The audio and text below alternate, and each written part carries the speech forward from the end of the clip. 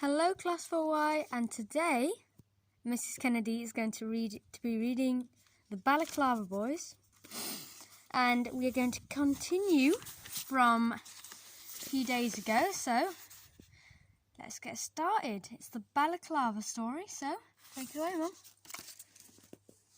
I thought home time would never come, but when the bell did ring, I got out as quick as I could. I was going to put the balaclava back before anybody noticed. But as I got to the cloakroom, I heard Norbert Lightowler shout out that someone had pinched his balaclava. Nobody took much notice, thank goodness, and I heard Tony say to him that he'd most likely lost it. Norbert said he hadn't, but he went off to make sure it wasn't in the classroom. I tried to be all casual and took my coat, but I didn't dare put it on in case the balaclava popped out of the sleeve. And I said ta-ra to Tony. Ta-ra, Tony. See you tomorrow. Yeah, ta-ra. Oh, it was good to get out into the open air. I couldn't wait to get home and get rid of that blooming balaclava. Why had I gone and done a stupid thing like that? Norbert Lightowler was sure to report it to the headmaster, and there'd be an announcement about it at morning assembly, and the culprit would be asked to own up. I was running home as fast as I could. I wanted to stop and take out the balaclava and chuck it away, but I didn't dare. The faster I ran, the faster my head was filled with thoughts. I could give it back to Norbert, say it was taken by mistake. No, he'd never believe me. None of the lads would ever believe me. Everybody knew how much I wanted to be a balaclava boy. I'd have to get rid of the blooming thing as fast as I could. My mum wasn't back from work when I got home, thank goodness. So as soon as I shut the front door, I put my hand down the sleeve of my coat for the balaclava. There was nothing there. Dun dun dun. That was funny. I was sure I'd put it down the sleeve. I tried down the other sleeve and there was still nothing there. Maybe I'd got the wrong coat. No, it was my coat all right. Oh, blimey.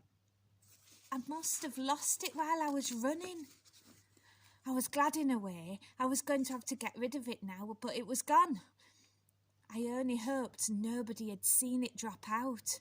But oh, I was glad to be rid of it. Mind you, I was dreading going to school the next morning.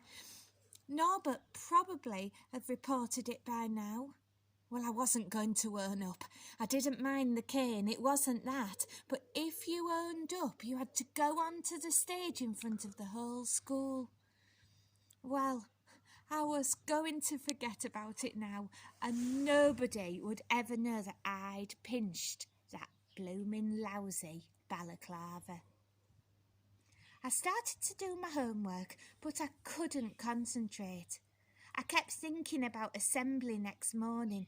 What if I went all red and everybody else noticed and they'd know I'd pinched it then? I tried to think about other nice things. I thought about bed. I wanted to go to bed and sleep. And then I thought about my mum, what she'd say if she knew I'd been stealing. But I still couldn't forget about next day and assembly. I went to the kitchen and peeled some potatoes for my mum. She was ever so pleased when she came in from work and said I must have known she'd bought me a present.